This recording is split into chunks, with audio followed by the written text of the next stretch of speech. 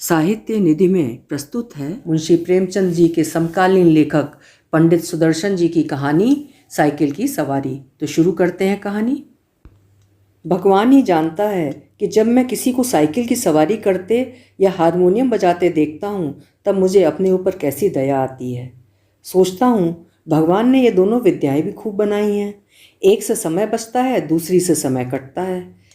मगर तमाशा देखिए, हमारे प्रारब्ध में कलयुग की ये दोनों विद्याएं नहीं लिखी गईं। ना साइकिल चला सकते हैं, ना बाजा ही बजा सकते हैं। पता नहीं कब से ये धारणा हमारे मन में बैठ गई है कि हम सब कुछ कर सकते हैं मगर ये दोनों काम नहीं कर सकते हैं। शायद 1932 की बात है कि बैठे बैठे ख्याल आया कि चलो साइकिल चलाना सीख लें, और इसकी शुरुआत यूँ हुई कि हमारे लड़के ने चुप चुपाते में ये विद्या सीख ली और हमारे सामने से सवार होकर निकलने लगा। अब आपसे क्या कहें कि लज्जा और घृणा के कैसे कैसे ख्याल हमारे मन में उठे। सोचा क्या हम ही जमाने भर के फिसड्डी रह गए हैं। सारी दुनिया चलाती है, जरा जरा से लड़के चलाते हैं, मूर्ख और गंवार चलाते हैं। हम तो परमात्मा की कृपा से फिर भी पढ़े लिखे हैं, क्या हम ही नहीं चला सकेंगे? आखिर इसमें मुश्किल क्या है?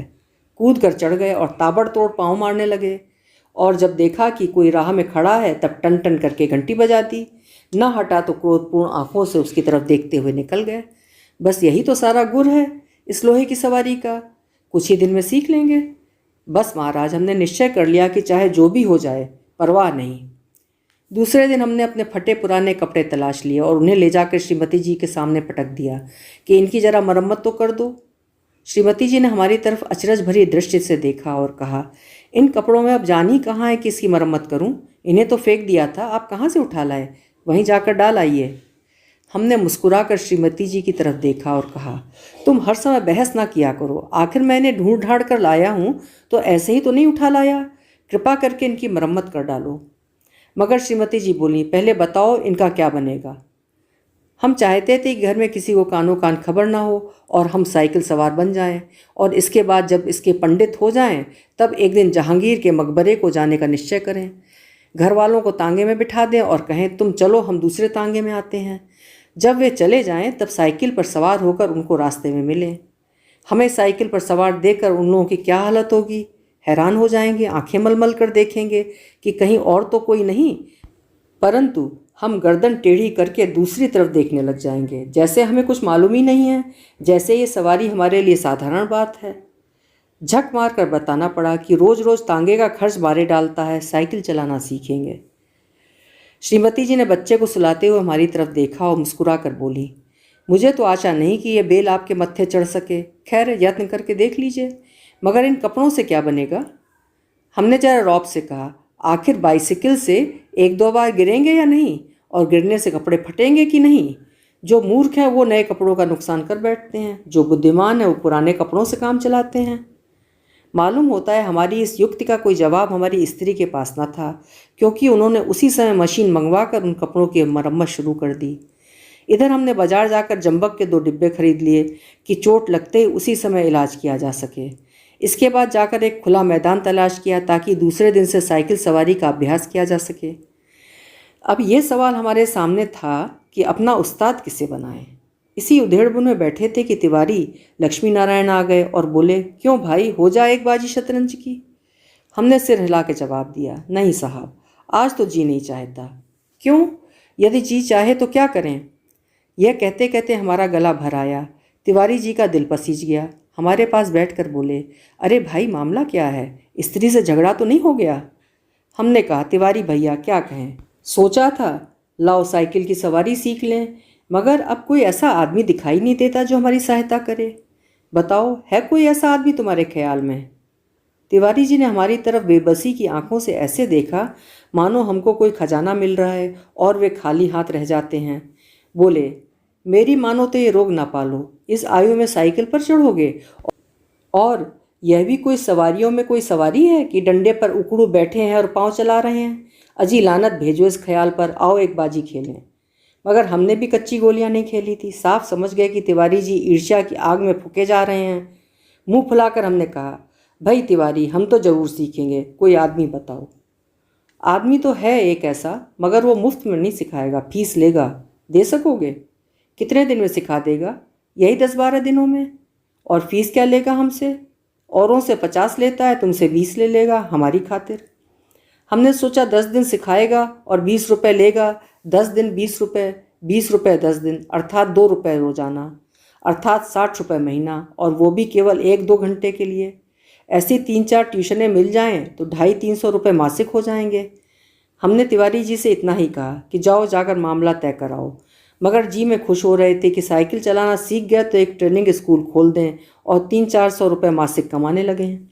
इधर तिवारी जी मामला तय करने गए, उधर हमने ये शुभ समाचार जाकर श्रीमती जी को सुना दिया कि कुछ ही दिनों में हम लोग ऐसा स्कूल खोलने वाले हैं जिससे 300-400 रुपये मासिक आमदनी होगी। श्रीमती जी बोली, तुम्हारी इतनी आयु हो गई मगर ओछापन न गया। पहले आप तो सीख लो, फिर स्कूल खोलना। मैं तो समझती हूँ कि तुम ही ना सीख सकोगे, दूसरों को तो सिखाना दूर की बात है। हमने बिगड़ कर कहा, ये बड़ी बुरी बात है कि हर काम में टोक देती हो। हमसे बड़े बड़े सीख रहे हैं तो क्या हम भी ना सीख सकेंगे? पहले तो शायद सीखते या ना सीखते, पर तुमने टोका है तो ज़रूर सीखेंगे। तुम भी क्या कहोगी?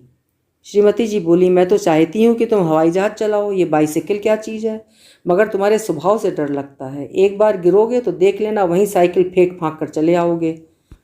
इतने में तिवारी जी ने बाहर से आवाज़ दी। हमने बाहर जाकर देखा तो उस्ताद साहब खड़े थे। हमने शरीफ विद्यार्थियों के समान श्रद्धा से हाथ जोड़कर प्रणाम किया और चुपचाप खड़े हो गए। तिवारी जी बोले, यह तो 20 पर मान ही नहीं रहे थे, बड़ी मुश्किल से मनाया है, पेशगी लेंगे, कहते हैं पीछे कोई नहीं देता। अरे भाई, हम देंगे, दुनिया लाख बुरी हो मगर फिर भी भले आदमियों से खाली नहीं है। ये बस चलाना सिखा दें, फिर देखें हम इनकी क्या क्या सेवा करते हैं। मगर उस्ताद साहब नहीं माने, बोले फीस पहले लेंगे, और यदि आपने नहीं सिखाया तो फीस लौटा देंगे, और यदि नहीं लौटाया तो। इस पर तिवारी जी ने कहा, अरे साहब, क्या ये तिवारी मर गया है? शहर में रहना हराम कर दूं, बाजार में निकलना बंद कर दूं, फीस लेकर भाग जाना कोई हंसी खेल है? जब हमें विश्वास हो गया कि इसमें धोखा नहीं है, तब हमने फीस के रुपए लाकर उस्ताद को भेंट कर दिए और कहा, उस्ताद कल सवेरे ही आ जाना, हम तैयार रहेंगे। इस काम के लिए कपड़े भी बनवा लिए हैं, अगर गिर पड़े तो चोट लगाने के लिए जंबक भी खरीद लिया है, और हाँ, हमारे पड़ोस में जो मिस्त्री रहता है उससे साइकिल भी मांग ली है। आप सवेरे ही चले आएँ तो हरि का नाम लेकर शुरू कर दिया जाए। तिवारी जी और उस्ताद जी ने हमें हर तरह से तसल्ली दी और चले गए। इतने में हमें याद आया कि एक बात तो हम कहना ही भूल गए। नंगे पांव भागे और उन्हें बाजार में जाकर पकड़ा। वे हैरान थे।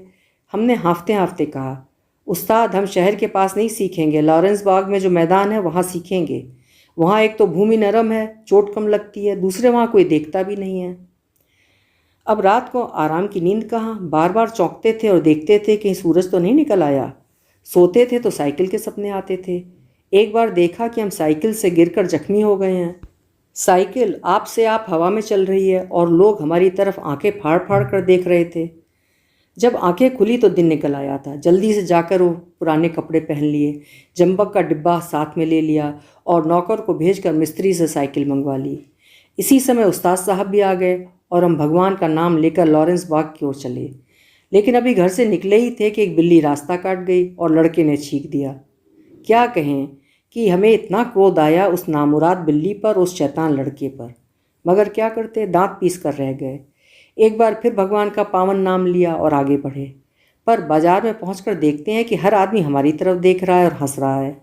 अब हम हैरान थे कि बात क्या है। सहसा हमने देखा कि हमने जल्दी और घबराहट में पजामा और अचकन दोनों उल्टे पहन लिए हैं और लोग इसी पर हंस रहे हैं। सर मुड़ाते ही ओले पड़े। हमने उस्ताद से माफ़ी मांगी और घर लौट आए, अर्थात हमारा पहला दिन मुफ्त में गुजरा। दूसरे दिन फिर निकले। रास्ते में उस्ताद साहब बोले, मैं एक गिलास लस्सी पी लूँ, आप ज़रा साइकिल को थामिए। उस्ताद साहब लस्सी पीने लगे तो हमने साइकिल के पुर्जों की ऊपर नीचे परीक्षा शुरू कर दी। फिर कुछ जी में आया तो उसका हैंडल पकड़ कर चलने लगे, मगर 2 ही कदम गए होंगे कि ऐसा मालूम हुआ जैसे साइकिल हमारे सीने पर चढ़ी जाती है। इस समय हमारे सामने गंभीर प्रश्न ये था कि क्या करना चाहिए, युद्ध क्षेत्र में डटे रहें या हट जाएं। सोच विचार के बाद यही निश्चय हुआ कि ये लोहे का घोड़ा है, इसके सामने हम क्या चीज़ हैं। बड़े बड़े वीर योद्धा भी ठहर नहीं सकते। इसलिए हमने साइकिल छोड़ दी और भगोड़े सिपाही बनकर मुड़ गए। पर दूसरे ही क्षण साइकिल पूरे जोर से हमारे पांव पर गिर गई और हमारी राम दुहाई बाजार के एक सिरे से दूसरे सिरे तक गूंजने लगी। उस्ताद लस्सी छोड़कर दौड़े आए और अन्य दयावान लोग भी जमा हो गए। सबने मिलकर हमारा पाँव साइकिल से निकाला। भगवान के एक भक्त ने जंबक का डिब्बा भी उठाकर हमारे हाथ में दे दिया। दूसरे ने हमारी बगलों में हाथ डालकर हमें उठाया और सहानुभूति से पूछा, चोट तो नहीं आई? जरा 2-4 कदम चलिए, नहीं तो लहू जम जाएगा। इस तरह दूसरे दिन भी हम और हमारी साइकिल दोनों अपने घर से थोड़ी दूर पर जख्मी हो गए। हम लंगड़ाते हुए घर लौट आए और साइकिल ठीक होने के लिए मिस्त्री के दुकान पर भेज दी। मगर हमारे वीर हृदय का साहस और धीरज तो देखिए, अब भी मैदान में डटे रहे। कई बार गिरे, कई बार शहीद हुए, घुटने तुड़वाए, कपड़े फड़वाए, पर क्या मजाल जो जी छूट जाए। 8-9 दिनों में साइकिल चलाना सीख गए थे, लेकिन अभी उस पर चढ़ना नहीं आता था। कोई परोपकारी पुरुष सहारा देकर चढ़ा देता तो फिर लिए चले जाते थे। हमारे आनंद की कोई सीमा न थी। सोचा मार लिया मैदान हमने, 2-4 दिन में पूरे मास्टर बन जाएंगे। इसके बाद प्रोफेसर, प्रिंसिपल, इसके बाद ट्रेनिंग कॉलेज, फिर 300-400 रुपये मासिक।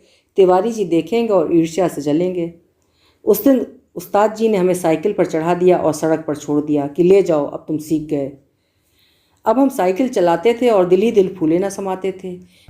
मगर हाल ये था कि कोई आदमी 100 गज के फासले पर होता तो हम गला फाड़ फाड़ कर चिल्लाना शुरू कर देते, साहब बाईं तरफ हट जाइए। दूर फासले पर कोई गाड़ी दिख जाती तो हमारे प्राण सूख जाते। उस समय हमारे मन की जो दशा होती वो परमेश्वर ही जानता है। जब गाड़ी निकल जाती तब कहीं जाकर हमारे जान में जान आती। सहसा सामने से तिवारी जी आते हुए दिखे। हमने उन्हें भी दूर से ही अल्टीमेटम दिया कि तिवारी जी बाईं तरफ हो जाओ, वरना साइकिल तुम्हारे ऊपर चढ़ा देंगे। तिवारी जी ने अपनी छोटी छोटी आंखों से हमारी तरफ देखा और मुस्कुरा कर कहा, जरा एक बात तो सुनते जाओ। हमने एक बार हैंडल की तरफ, दूसरी बार तिवारी जी की तरफ देखकर कहा, इस समय बात सुन सकते हैं, देखते नहीं साइकिल पर सवार हैं। तिवारी जी बोले, तो क्या जो साइकिल चलाते हैं वो किसी की बात नहीं सुनते हैं? बड़ी ज़रूरी बात है, ज़रा उतर जाओ। हमने लड़खड़ाती हुई साइकिल को संभालते हुए जवाब दिया, उतर आएंगे तो चढ़ाएगा कौन? अभी चलाना सीखा है, चढ़ना नहीं सीखा। तिवारी जी चिल्लाते ही रह गए। हम आगे निकल गए। इतने में सामने से एक तांगा आता दिखाई दिया। हमने उसे भी दूर से ही डांट दिया, बाईं तरफ भाई, अभी नए चलाने वाले हैं। तांगा बाईं तरफ हो गया। हम अपने रास्ते चले जा रहे थे। एकाएक पता नहीं घोड़ा भड़क उठा या तांगे वाले को शरारत सूझी, जो भी हो, तांगा हमारे सामने आ गया। हमारे हाथ पांव फूल गए। जरा सा हैंडल घुमा देते तो हम दूसरी तरफ निकल जाते। मगर बुरा समय आता है तो बुद्धि पहले ही भ्रष्ट हो जाती है। उस समय हमें ख्याल ही नहीं आया कि हैंडल घुमाया भी जा सकता है। फिर क्या था, हम और हमारी साइकिल दोनों ही टांगे के नीचे आ गए और हम बेहोश हो गए। जब हम होश में आए तो हम अपने घर में थे और हमारी देह पर कितनी ही पट्टियाँ बंधी थीं। हमें होश में देखकर श्रीमती जी ने कहा, क्यों, अब क्या हाल है? मैं कहती थी ना साइकिल चलाना ना सीखो। उस समय तो किसी के सुनते ही ना थे। हमने सोचा लाओ सारा इल्ज़ाम तिवारी जी पे लगा दें और आप साफ बच जाएं। बोले, यह सब तिवारी की शरारत है। श्रीमती जी ने मुस्कुरा के जवाब दिया, यह तो तुम उसको चकमा दो जो कुछ जानता ना हो। उस तांगे पर मैं ही तो बच्चों को लेकर घूमने निकली थी कि चलो सैर भी कराएंगे और तुम्हें साइकिल चलाते भी देखाएंगे। हमने निरुत्तर होकर आंखें बंद कर लीं। उस दिन के बाद फिर कभी हमने साइकिल को हाथ न लगाया। अभी आप सुन रहे थे पंडित सुदर्शन जी की लिखी हुई कहानी साइकिल की सवारी।